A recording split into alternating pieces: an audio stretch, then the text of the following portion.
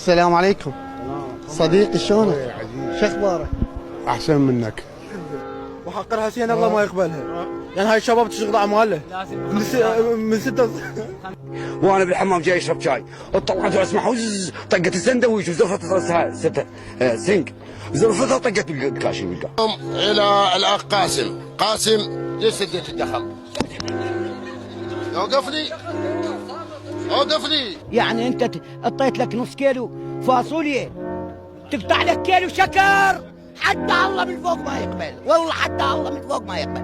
انت يهودي. مصر المهمة عندنا بالتنوم. قاقو شلونك؟ قاقا. نريد شعورك بهاي الخدمة. قاقا. شكرا قاقو، كلمتك جدا مهمة. يمكن ان تنهار، وهي اذا وقعت على الطلبه ما تعال يا عمي شيلني. لا بأس بالطلبة، المهم الطالبات. هاي من اللي مدمر حياتك؟ ولد صاحبي شبيه؟ دمرني. شبيه شري؟ عني شبيه غنى شبيه؟ ما يعني اذا احرق روحي قليله بحقه. بصراحة أنا أصلا اسمي إبراهيم، فبيجيني ابني الصغير يقول لي إبراهيم ارحمني. شنو يعني كلمة أبل؟ أبل احنا ندري بها كلمة جلفية.